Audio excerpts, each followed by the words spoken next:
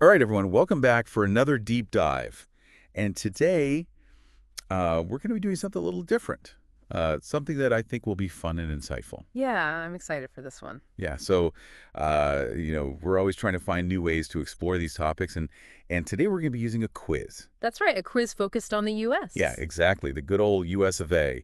And this isn't just like random trivia. This is a structured quiz, Mm. kind of the type you might see given to people to test their general knowledge about the U.S. Exactly. It's meant to hit some of those key facts and figures that people in the U.S. would generally be expected to know. Yeah, and our mission today is to go through this quiz together, give you the answers, of course, but also dig a bit deeper into what makes those answers significant.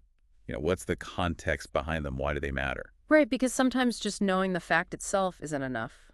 We want to understand the why and the how. Are Exactly.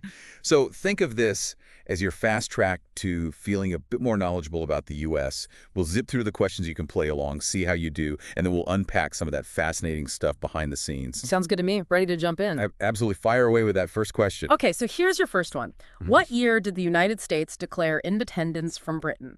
And here are your options. A, 1776, B, 1812, or C, 1492. All right, so thinking back to history class, the answer is A, 1776. That's the year that's etched in everyone's minds, right? It's when the Declaration of Independence was signed in Philadelphia, a pretty momentous occasion, wouldn't you say? Oh, absolutely. And what makes 1776 so powerful is that it really marks this bold declaration of self-governance. The U.S. wasn't just breaking away from Britain, it was laying the groundwork for a whole new system based on principles of liberty, individual rights ideas that had ripple effects way beyond the U.S. itself, inspiring similar movements all over the world. Wow, that's a great point. It wasn't just a local event. It had global implications. All right, let's move on to the next one. What do you have for us? Okay, this one's a bit about geography and popular culture. Which city is known as the Big Apple? Is it A, Los Angeles, B, New York City, or C, Chicago? Hmm, Big Apple. Well, that one's pretty iconic. The answer has to be B, New York City, Ray. You got it. New York City, the Big Apple. It's amazing how certain places just acquire these nicknames that become so deeply associated with them, almost like their own brand.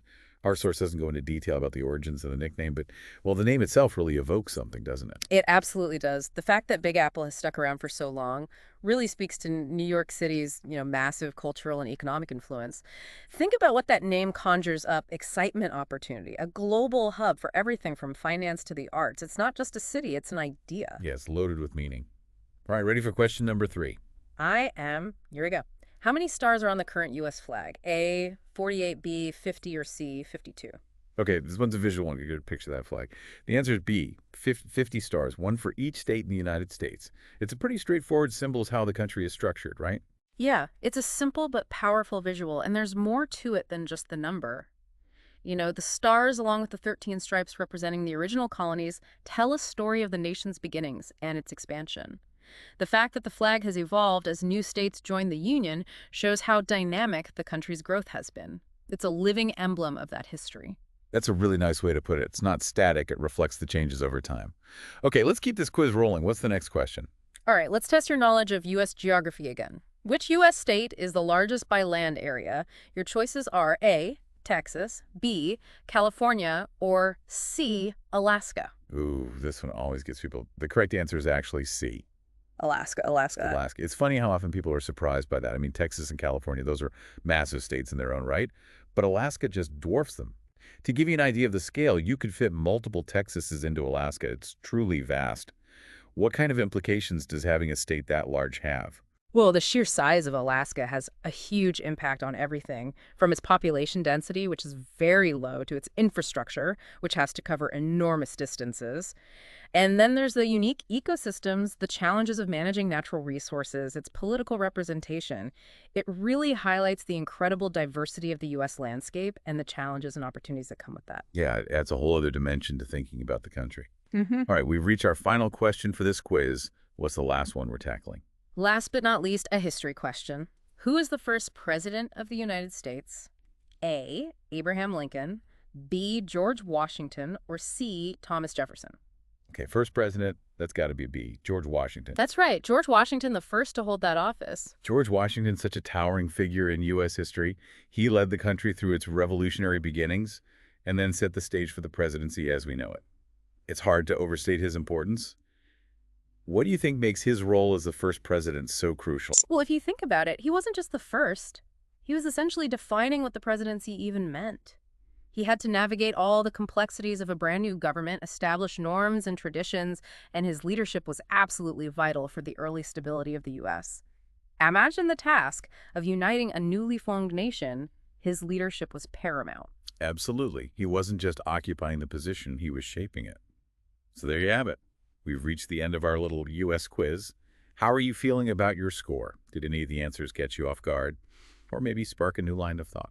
Even though it was just 5 questions, we touched on some pretty big themes: foundational history with the Declaration of Independence, iconic places that shape the country's image, like New York City national symbols that represent unity and growth, the sheer scale and variety of its geography with Alaska, and the pivotal leadership that guided its earliest days.